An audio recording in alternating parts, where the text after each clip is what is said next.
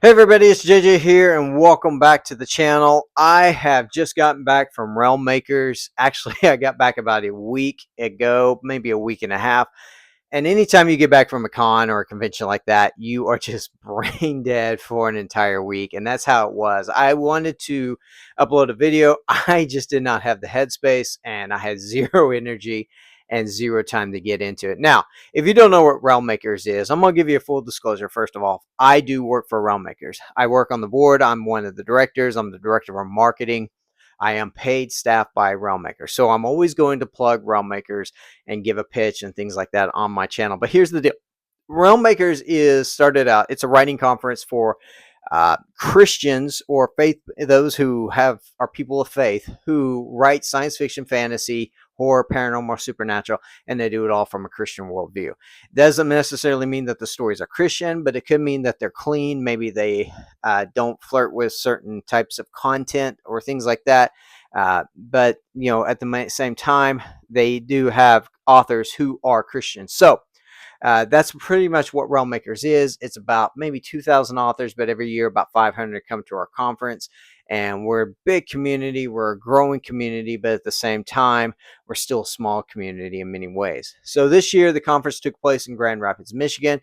And this year, we launched our first ever expo, which is sort of like a little Comic-Con in a way. We had 140 exhibitors, and some of those special guests that we had were people like Brent Weeks, who is a New York Times bestselling fantasy author. We had Tony Bancroft, who's an animator for the world of Disney. He created Pumbaa, but he was also the director of the film Mulan, the cartoon, the animation film that came out. Great 2D animation guy. We also had Mike Naraki, who was co-creator of VeggieTales and also the voice of Larry the Cucumber. We had a number of people, including Indy Wilson, who is the writer, one of the writers on the Netflix or the Amazon show, excuse me, The House of David. So a lot of great authors, a lot of great creators. We had Christian game developers who are developing incredible video games.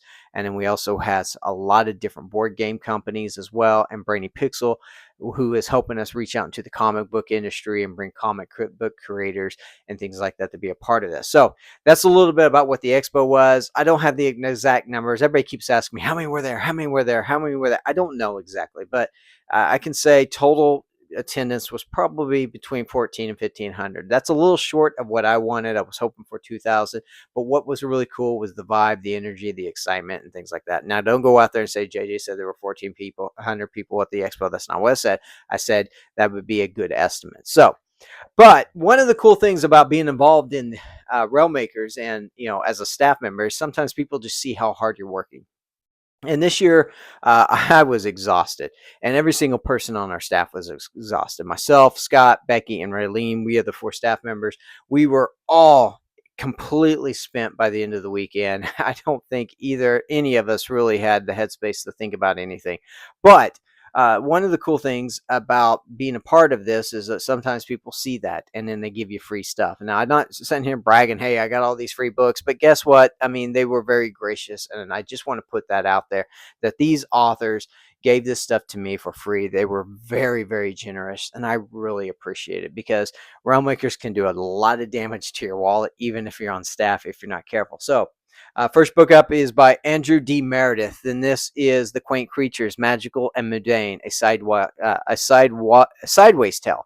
And so this book is a cozy fantasy story. Both of these next books are actually cozy fantasy. Now, cozy fantasy is not something that I've read a lot of. In fact, I don't think I've read any cozy fantasy. So I'm very excited about diving into this book and this next one because I want to explore it. I want to explore some cozy fantasy. But this next one is by Zach Diamante. He writes under the name ZS Diamante, and that is Guard in the Garden. And I'm very excited about diving into this as well. Both of these guys, Andrew and Zach, they came up from Colorado together. They were at the expo together. Very cool guys, very energetic, very kind, very generous, and very excited to just be in this community of writers. And so I really appreciate both of these guys. I thought they were amazing individuals. I thought they were amazing creators and just fun to get and excited to just dive into these stories and just check them out because Like I said, I haven't read a lot. I haven't read any cozy fantasy, and I don't know a whole lot about what cozy fantasy really is. So it's a genre that's new to me. So again, if you've read cozy fantasy and you have a recommendation, drop it in the comments below. I would love to check out some of these stories that other people are creating. Now, these next series is all by S.D. Smith. That is right, S.D. Smith of the Green Ember series. His brother Josiah gave me these books on Sunday night. He just pulled me aside and said, "Hey, thanks for the weekend. Thanks for everything you did. And I appreciate it. And I know you didn't have a lot of time to be at your own booth. Yes, I had my own booth set up with a couple of other author friends I have, Jason C. Joyner and Steve Raza, and they were selling my books. I did not have time to stay at my booth and to really do a lot of things. But those guys were very generous and they were very helpful in helping me sell my books. And I think that, Josiah saw that and he just wanted to give me something as a thank you. So the first thing he gave me was the trilogy in the Archer series. Now, this is kind of a side trilogy from the regular Green Ember series, but it is Green Ember, it is Archer, and this is the Archer's Cup. And every single one of these, check out the artwork on this. These covers on every single one of them are incredible. I believe the cover artist's name is Zach Franzen. I hope I'm saying that right. It's Franzen, Franzen. I hope that is correct. If it's not, somebody let me know. But every single one of these, the artwork is absolutely incredible. This is the first Fowler also in the Archer series.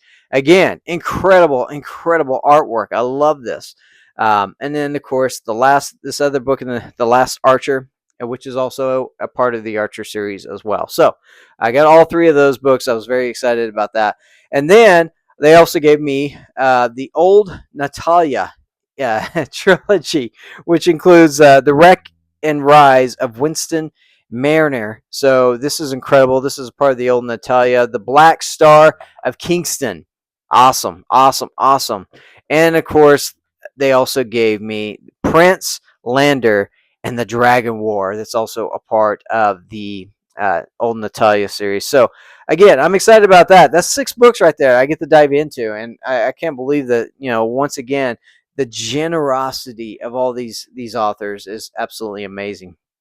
And then I also got the Lost Key, which is I don't know if this is going to end up being a trilogy. If it is, but it's a part of the Lost Tales, so I'm very excited about that. And then of course I got the entire Green Ember series, so all 4 books: Green Ember, Ember Falls, which is book 2, Ember Rising, which is book 3, and of course Ember's End, which is book 4. So got all that. That was amazing. I was very excited about the generosity. Now, one of the things I love about the Green Ember series, and I'm very excited about the Green Ember series, is anybody that knows me and knows my books, the Iggy and Oz series, you know that everything I do in my brand is about getting kids who do not like to read excited about reading. I write for the reluctant readers. When a boy says reading sucks, I look at them and I say, yes, it does. But here's the Iggy and Oz series. And I do it with a little bit of an ego. And the reason I do it with a little bit of an ego is because in this industry and in this community, guess what? In order to break through the noise, you really have to kind of have an ego at times. And you need to do it unapologetically. And so I love writing for the reluctant reader. I love writing short books with short chapters. Every single one of my books has meat in them, not any illustrations in the Iggy series. And it's not because I don't believe in illustrations. It's because I want them to actually read a chapter book, a book that has chapters. Each book is about 25,000 words. And like I said, the chapters are maybe about 750 words a piece. They're only about 3 or 4 pages at most. So that's how I write the Iggy and Oz series. And so, yeah, we still have our fart jokes. We still have our throat jokes. We still have all of our snot jokes and booger jokes and things like that. But at the same time, we're telling a story about kids doing heroic things, and then they get detention, because sometimes being a hero just means you're going to get in trouble. That's just the way it is. So anyway, but the reason, coming back to this full circle, I'm excited about the Green Ember series is because I have a reluctant reader in my family. My youngest son is 10 years old, and he's not a big reader. He started kindergarten in 2020, right when the pandemic started. So he was a little bit behind on his reading. We had to get him tutoring and things like that, and he's come an amazing long way. But I'm excited about the Green Ember series because I know this is going to be the type of series that he is going to want to jump into. I mean, who doesn't want to read about bunnies with swords, for crying out loud? That is awesome. So I'm very excited about this series because I think it's going to be something that he's going to enjoy. Now, I also got this card game, and I'm not going to do a video on this right now. I'm going to do a video on this in my next video. This is a Nemo Games, which is a card game. This is kind of like Magic or Pokemon or something like that. It's a card game, card collector game, and this is the Fearless. This is the Truth Seeker Deluctor's Kit. So they sent me this, and again, I was absolutely blown away by the generosity that these companies showed me over the weekend. But I'm excited about just diving into this game. I actually went out on the Amazon today and ordered a starter pack along with the mats that go with this game, just so me and my son could get started playing, because we're both big Magic the Gathering fans and we both love Pokemon cards and things like that. So we're excited about diving into this. This is scripture memory, and I hope that this is something that challenges him to memorize scripture. For those of you who don't know, I am a person of faith. I take my faith very seriously.